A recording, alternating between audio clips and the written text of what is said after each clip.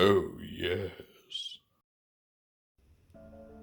Welcome back, everyone. Today we're taking a look at the brand new Transformers War for Cybertron Generation Selects 15.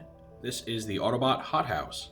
For anyone that doesn't know, Hothouse is a redeco of the Decepticon Modulator Airway, and he is also a returning character from Generation 1 who turned into a firehouse, so, Hothouse.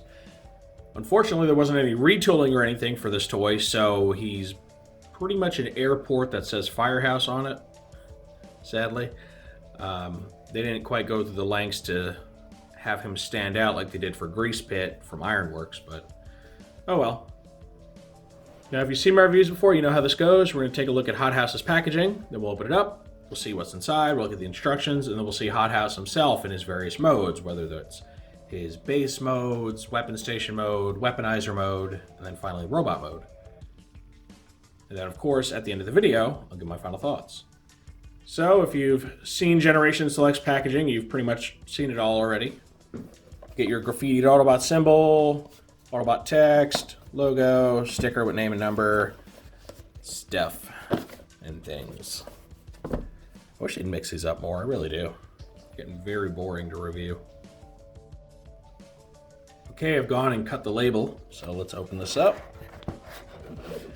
The interior is what you'd expect for a War for Cybertron based Selects toy. Here's Hothouse himself, and they used a lot of the same colors that they used for Airway in pretty much the same places, so he basically just swapped out gray for red. So it's not the most interesting looking redeco, that's for sure. Instructions, which there's a little slip of paper. There it is. Get that out of here. All right, so here's the instruction book. Get Hothouse front and center. Open this up. This covers his basic, like, aircraft carrier looking base mode. Over here, you get the runway strip looking thing. Battle station. And then here, you get his actual weaponizer mode. Now, what's really cool about this, oh look, they use Tiger Track there. Guess I know who I'm using, huh?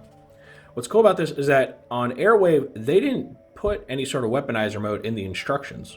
So we were just left to guess with how that was supposed to work. So now they finally included it, we know what it's supposed to look like, so that's really cool. And got about half right, I guess, if I remember correctly from the Airway review. So yeah, that's cool. We finally get an official configuration on here. You see there's nothing really for the actual robot mode. I guess you're just supposed to piece together that he goes back together this way. But, okay, now the first base or vehicle type mode we're going to look at is the aircraft carrier mode. It's really the best way to describe it, which is something that makes absolutely no sense for a Transformer that's supposed to be a fire station, but here we are. This is a thing that exists, regardless of how much sense it actually makes. And I mean, it's functional. It just, doesn't really have any sort of thematic consistency. For comparison, here's Airway, who makes a little bit more sense as an aircraft carrier, because a carrier is just kind of a floating airport, and Airway is an airport. So, yeah, you can see, pretty similar. Obviously, the base difference is swapping out gray for red. You get some small tampo details. The little base station here is a lot more painted. You get the white paint on the front that says Fire Station, which is thankfully not upside down like the early picture showed. And yeah, that's it. They're just kind of doing their own thing, rolling along on their treads, because they're land carriers, I guess. Now we get our other base mode, which is based on Airway's actual airport mode. So again, not the right base mode for this character, but at least this one, you can kind of work it a little better if you just see this as a fire station with a road going in front of it. It's probably the best thing to display this guy in as far as making any kind of sense. And he's pretty cool because you can go ahead and store some fire truck based Micromasters on him if you want to. Specifically, you got Red Heat from Transformers Siege back in the day. And then you also get his Redeco Blaze Guard from the Micromaster multi-pack that they released toward the end of Siege. And, you know, you can just have these guys deploying from him and imagine them kind of taking off out of the fire station and driving away. So, yeah, a little more functional than the pointless, you know, aircraft carrier mode. And here we get our nice little side-by-side with Airwave. And you can see I've gone and connected them together for good measure. So even though these guys are, you know, opposing factions, you could, in theory, just have your Micromasters cruise along this nice open stretch of road past the airport and past the fire station, which just look suspiciously similar to one another. Now, luckily, for anyone that doesn't know, there is one more Airwave Redeco coming down the pike, and that's going to be part of the Galactic Odyssey collection. It's going to be the Autobot equivalent to Airwave, which is Over Air. So you'll get another Autobot to connect to this guy. And he'll have his own unique color scheme, which is kind of based on Airwave's, but also around Skylynx's colors, which is going to be pretty cool. Here we've got our little battle station mode, which is fairly similar to Hothouse's, so it's like the closest thing he gets to an actual proper mode. And you can see here, I just have Red Heat just kind of hanging out and chilling here, manning the cannons. And I will show you that this is just as much of a floppy mess as it is for Airwave. Like, it doesn't want to really stay right. This doesn't lift up more than like a tiny little bit, like maybe, like, I don't think that's an even 10-degree angle.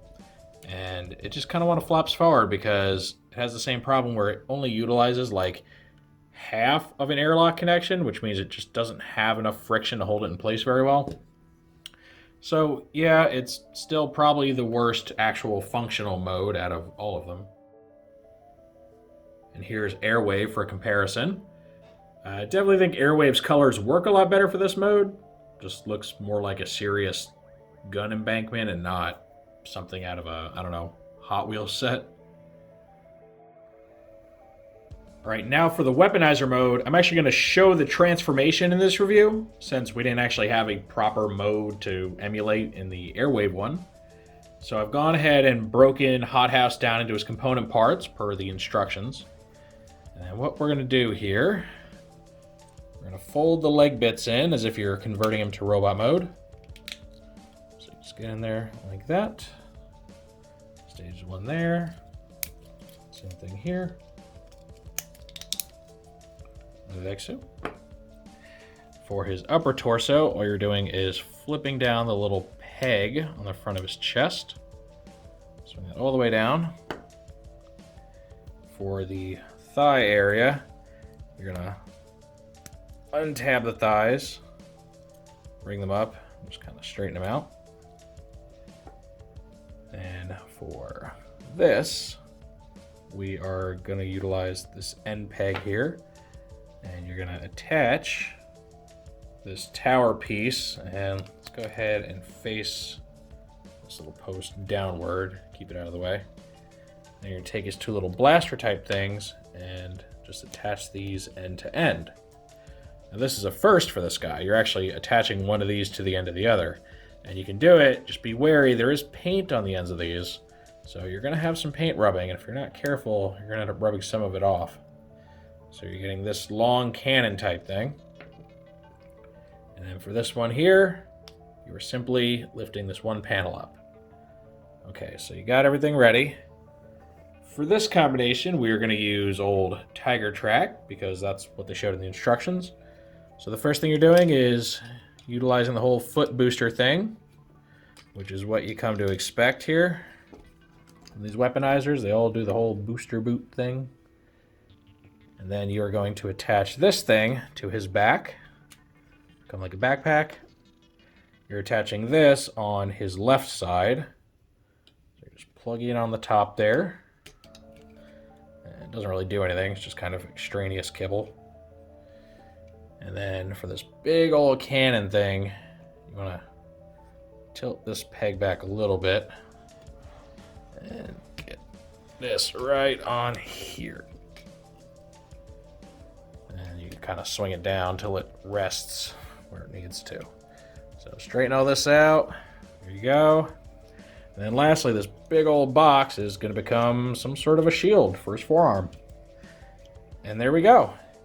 This is the fully weaponized Tiger Track utilizing Hothouse. And I gotta say, it's pretty cool looking. The colors, they have this really nice, loud 90s effect to them. And it's definitely a bit better than the combination I came up with on my own for Airwave, so I like the way this works out. To show off Airwave's finally correct Weaponizer Mode, I've gone and utilized the help of the new Earthrise Barricade toy. So you can finally just see how Airwave is supposed to look in this Weaponizer form. Now, admittedly, Barricade might not have been the best choice, because the way the holes on his feet are, he ends up sitting pretty far forward, and yeah, he doesn't like the back heaviness of it. So, note to self, maybe not use Barricade. Maybe it's not the best choice, but oh well, we've committed, and this is what we got. And finally, we get to Hothouse's Robot Mode, which, as you can see, is unsurprisingly a straight read echo of Airwave. Now, that's not completely a bad thing, because I personally think Airwave's Robot Mode is just awesome. It was probably my favorite part about Airwave, and, you know, same thing here. Though, of course, I'm still very disappointed that there's no molding difference between these guys whatsoever. They couldn't be bothered to give him a new head or anything. So unlike Grease Pit, who actually got some retooling and, you know, got to actually stand out a bit from Ironworks, this guy is just a recolored Airwave. That's all he gets to be. So if you don't like the fact that he's basically a red Airwave, you're probably not going to want to pick this up. If you don't mind it and you think the robot mode is cool, then he might be worth your time and money. Speaking of Airwave, here he is in the robot mode, just so you can see how they're alike, how they differ. And, you know, to me, it's really a shame, because this is probably one of the lowest effort new character read echoes I've ever seen. Like, they literally use the same shade of orange. They don't even swap out that color. And I think even their, like, dark grayish color might be the same as well. This might be slightly darker, I can't really tell.